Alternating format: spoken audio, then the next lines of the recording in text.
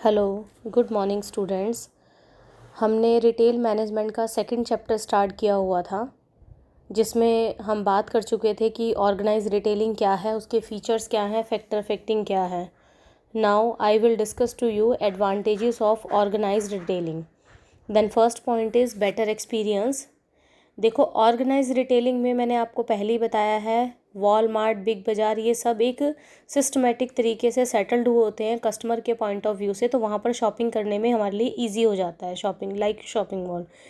Organise retailing एक customer के लिए सच में ही बेटर एम्बिशन है, क्योंकि वो एक ऐसा प्लेस है जहाँ पर कस्टमर ईजिली अपनी परचेजिंग कर सकता है।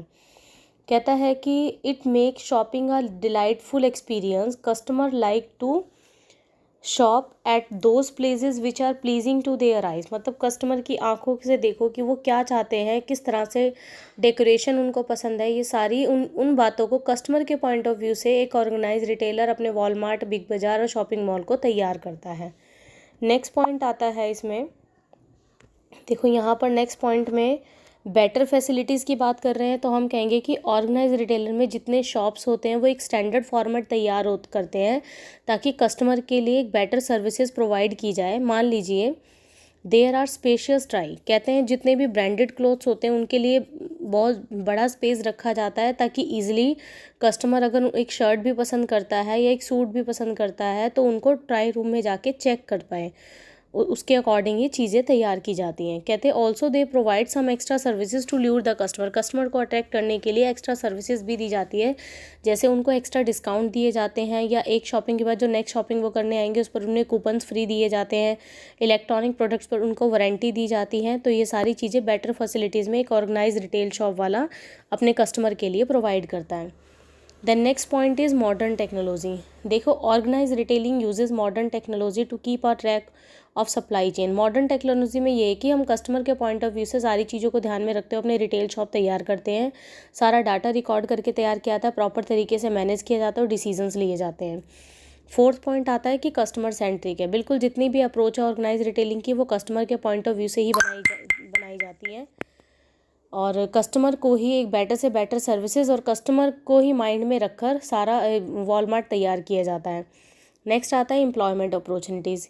क्योंकि इतने बड़े शॉपिंग मॉल और बिग बाज़ार में हमें काम करने के लिए कस्टमर की ज़रूरत है, एम्प्लॉयमेंट की ज़रूरत है, तो लोगों को रोज़गार के अवसर मिल जाते हैं। यहाँ पर जीडीपी अपने आप ही ग्रोथ हो जाएगी, क्योंकि जब हमारी इकॉनमी पर इफेक्ट पड़ेगा तो हमारी जीडीपी इंडिया की इंक्रीज़ हो जाएगी। नेक्स्ट आता है प्रॉफिटेबिलिटी है।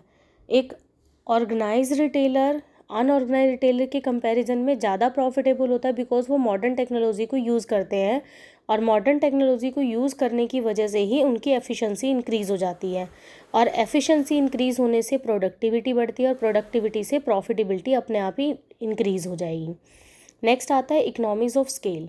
कहते हैं due to the large scale of operation, क्योंकि बहुत ज़्यादा इन्वेस्टमेंट लगती है बिग बाज़ार, वॉलमार्ट या फिर शॉपिंग मॉल को तैयार करने में, तो ज़्यादा इन्वेस्टमेंट होने की वजह से एम्प्लॉयमेंट अपॉर्चुनिटीज़ लोगों को प्रोवाइड हो जाती है, और ह्यूज लेवल पर विदाउट बीच में मिडल मैन डाले अगर वो डायरेक्टली माल मैन्युफैक्चरर से परचेज़ कर लेते हैं तो उन्हें एक अच्छी कॉस्ट का माल मिल जाता है। फिर कहते हैं अगर मिडल मैन को बीच में से हटा दिया जाए तो इकोनॉमिक्स अपने आप ही इंक्रीज़ हो जाएगी। देन नाइन्थ पॉइंट आता है ग्रोथ का।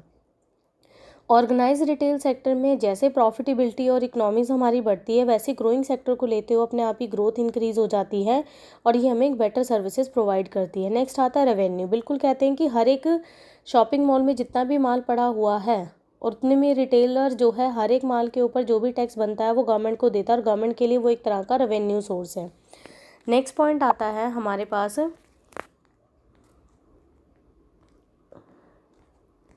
Disadvantages of retail sector.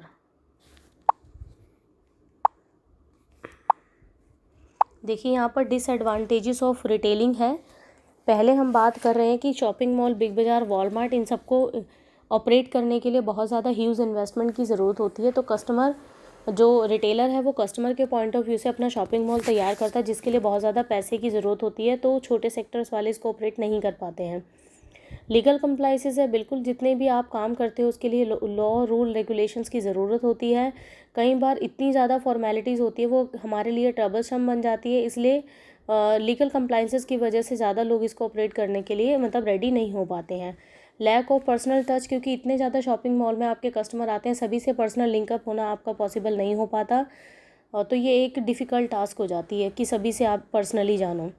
Locational का सबसे बड़ा ड्रॉबैक रहता है कि अगर आपने मेन सिटी के बिल्कुल बाहर ले लिया है और बिजी प्लेसेस में नहीं लिया, जहाँ पर लोग जाना भी नहीं पसंद करते, अगर वहाँ पर आपने ऑपरेट कर लिया अपना रिटेल शॉप या शॉपिंग मॉल, तो वो सबसे बड़ा ड्रॉबैक रहेगा, आपकी इनकम का सोर्स वहाँ पर ख़त्म हो सकता है। नेक्स्ट आता है क्रेडिट फैसिलिटी।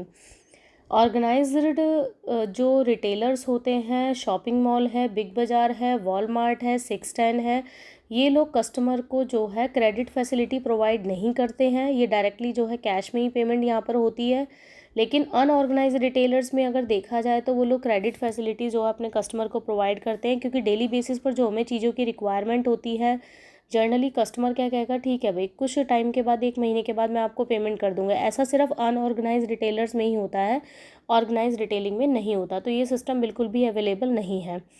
बारगेनिंग की बात करें तो बारगेनिंग तो बिल्कुल भी पॉसिबल नहीं है शॉपिंग मॉल में जाके, क्योंकि एमआरपी पे जो रेट होता है वही कस्टमर को परचेज़ करना पड़ता है, और कई बार प्रोडक्ट जो है कॉस्टली भी पड़ जाता है, आप अपील भी नहीं कर सकते हो, और ऐसा अपीलिंग का काम, बारगेनिंग का काम सिर्फ और सिर्फ अनऑर्गेनाइज्ड रिटेलर्स में ही हो पाता है। अब हम